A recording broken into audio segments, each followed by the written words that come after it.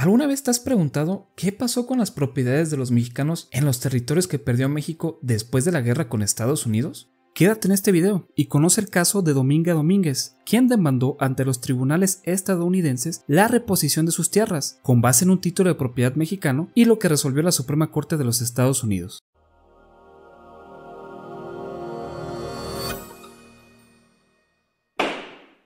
En abril de 1846, derivado de que el presidente Polk de los Estados Unidos ordenó al general Taylor dirigiera sus tropas hacia Río Grande, se produjo un enfrentamiento entre tropas estadounidenses y mexicanas, por lo que el 13 de mayo el Congreso de los Estados Unidos aprobó declarar la guerra a México. El resultado de la guerra no fue favorable para México, pues después de diversas batallas, en septiembre de 1847 las tropas estadounidenses tomaron la capital mexicana. El 2 de febrero de 1848 se firmó el Tratado de Paz entre ambas naciones, denominado Tratado Guadalupe Hidalgo. Como consecuencia de este tratado, México perdió los territorios que actualmente ocupan los estados de California, Nevada, Utah, Nuevo México, Texas, Colorado, Arizona y partes de Wyoming, Kansas y Oklahoma, a cambio de una indemnización de 15 millones de pesos. Pero, ¿qué fue de las propiedades de los mexicanos en los territorios cedidos? Los comisionados mexicanos encargados de negociar el tratado se enfocaron en asegurar los derechos de los mexicanos que residían en los territorios perdidos. Por ello, se estableció en el artículo 8 del tratado que los mexicanos en los territorios adquiridos por Estados Unidos podrían elegir en permanecer en esos territorios o trasladarse a México, conservando los bienes que poseyeran en esas zonas. De permanecer en Estados Unidos, debían elegir la ciudadanía en un año, y de no serlo se entendería que eligieron ser ciudadanos norteamericanos, conservando sus derechos, y que las propiedades de los mexicanos no establecidos en esos territorios se respetarían inviolablemente. Además, el artículo 9 precisó que se incorporarían en tiempo oportuno y a juicio del Congreso los mexicanos que no conservaran la ciudadanía mexicana a los Estados Unidos, y que en el entretanto serán mantenidos y protegidos en el goce de sus derechos. Después de firmado el tratado, el gobierno de México se preocupó por dar asistencia a los mexicanos en los territorios perdidos.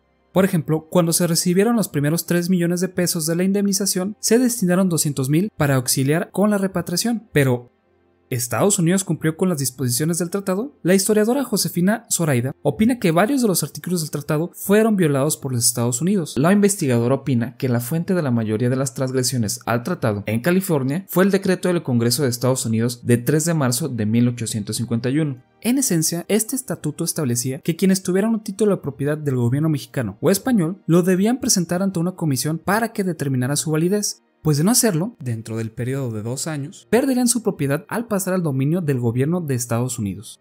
Sin embargo, existieron controversias legales sobre si el estatuto era aplicable a quienes tuvieran títulos que cumplieran con los requisitos legales del gobierno español o mexicano antes de la adquisición de California a los Estados Unidos.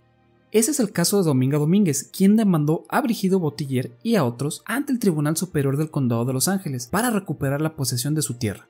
Domínguez decía tener el título de propiedad de esas tierras como heredera de Apolonio, quien a su vez adquirió la propiedad de uno de los titulares de la concesión mexicana conocida como Rancho Las Vírgenes en 1834. Por su parte, los demandados eran ciudadanos estadounidenses en posesión de una parte de la tierra reclamada y alegaban tener un título en los Estados Unidos. El juez instruyó al jurado que el título de propiedad exhibido cumplía con los requisitos legales, conforme a la ley mexicana, antes de la adquisición de California por parte de Estados Unidos, y que el título podía ser usado en los tribunales de ese país. La sentencia fue favorable a la señora Domínguez. Sin embargo, los demandados apelaron tanto a la decisión como a la instrucción dada al jurado. La Suprema Corte del Estado de California confirmó la sentencia con base en las razones expuestas en el caso Phelan vs. Polloreno, el cual a su vez se basó en el precedente Minton vs. Brower. En ese caso, la Suprema Corte de California resolvió que la propiedad que los mexicanos adquirieron en California del gobierno de España o México antes de la adquisición de Estados Unidos estaba protegida por el Tratado Guadalupe Hidalgo. Por lo tanto, quienes tuvieran títulos perfectos al momento de la adquisición de California no estaban obligados a presentarlos a la comisión ni perderían sus tierras en caso de no hacerlo. No obstante, el caso llegó hasta la Suprema Corte de los Estados Unidos por medio de un writ of error. ¿Y qué es esto? Bueno, es una orden de un tribunal superior exigiendo al tribunal inferior que le remita el expediente de un caso para que pueda ser revisado por un error de derecho cometido en el procedimiento. Al emitir su resolución, la Suprema Corte tomó en consideración los argumentos del abogado de la señora Domínguez respecto a que el estatuto transgredía el Tratado Guadalupe Hidalgo por desconocer los títulos de propiedad y que el estatuto no era aplicable a títulos que cumplieran con los requisitos legales. En respuesta, la Suprema Corte afirmó que el tribunal está obligado a seguir las disposiciones legales de su propio gobierno, por lo que en caso de una transgresión del tratado, ello es de competencia internacional, pero que la Corte no tiene facultad para hacer cumplir un instrumento internacional. Respecto al segundo argumento, la Corte precisó que la obligación de presentar sus títulos ante la Comisión era aplicable a todos, títulos perfectos e imperfectos, ya que el texto del estatuto era claro al incluir a toda persona que reclamara tierras en California. La Corte explicó que el objetivo del estatuto era distinguir entre los predios que eran propiedad del gobierno y los que pertenecen a particulares con motivo de un título del gobierno español o mexicano. Por ello, la Suprema Corte no consideró injusto requerir a los propietarios presentar su título ante un tribunal, considerando la vastedad de tierras sin reclamar. Tampoco consideró una violación al tratado que el gobierno separara las tierras en las que tenía un interés de los que eran propiedad de una persona, pues toda persona propietaria es responsable en todo momento de ser llamado a una corte de justicia para contender su título. Además, ante el contexto de California, la Suprema Corte consideró que era más apropiado y efectivo solicitar a los propietarios a acudir a un tribunal a reconocer su título a que el gobierno demandara individualmente a todos los propietarios.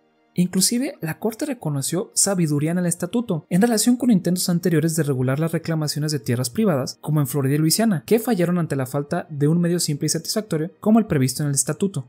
Adicionalmente, la Suprema Corte también se apoyó en diversos precedentes que fueron resueltos en similar sentido. Por lo tanto, la Suprema Corte de los Estados Unidos revocó el fallo de la Suprema Corte de California, porque considero que si una ley del Congreso está en conflicto con un tratado de los Estados Unidos con una potencia extranjera, el tribunal está obligado a seguir las disposiciones legales de su propio gobierno, y porque ningún título de tierra en California, dependiente de las concesiones españolas o mexicanas, puede tener validez si no se presentó y confirmó por la Junta de la Comisión, o de ser rechazado, confirmado por la Corte de Distrito o la Suprema Corte. Sin duda, el criterio de la Suprema Corte de los Estados Unidos restringió severamente los derechos de propiedad de los mexicanos, pues desconoció su validez en el caso de no haber sido presentados y confirmados por la Comisión de ese Estado o en su defecto por los tribunales federales. En contraste a lo resuelto por la Suprema Corte de California, que había reconocido la validez de los títulos perfectos de propiedad mexicanos y españoles conforme al Tratado Guadalupe Hidalgo. El jurista e historiador Manuel González opina que la mayoría de los derechos de propiedad exhibidos por los mexicanos se perdieron ante las autoridades y normas estadounidenses, las cuales no respetaron lo dispuesto en el Tratado Guadalupe Hidalgo y el Protocolo de Querétaro. Como vimos, algunos historiadores concuerdan que Estados Unidos incumplió con el Tratado Guadalupe Hidalgo, pero en la actualidad, ¿es posible que un estado demande a otro estado? Sí, por ejemplo, los estados pueden acudir a la Corte Internacional de Justicia a someter sus controversias, como fue el caso en el que el Estado mexicano demandó a los Estados Unidos por transgredir la Convención de Viena sobre relaciones consulares, ya que los tribunales de Estados Unidos condenaron a 51 mexicanos a la pena de muerte, sin respetar su debido proceso legal, por nunca haber sido informados de sus derechos consulares y por privárseles de una indispensable asistencia consular en su enjuiciamiento. La Corte Internacional de Justicia resolvió que efectivamente los Estados Unidos transgredieron la convención y que eran internacionalmente responsables por su conducta. Si quieres saber más de este caso, házmelo saber en los comentarios. También dime, ¿tú qué opinas? ¿Estás de acuerdo con la resolución de la Suprema Corte de los Estados Unidos? ¿O concuerdas con la resolución de la Suprema Corte de California, que sí reconoció los títulos de propiedad españoles y mexicanos conforme al Tratado de Guadalupe Hidalgo? Deja tu opinión en los comentarios y si quieres saber más de historias jurídicas, suscríbete al canal. Se cierra la sesión.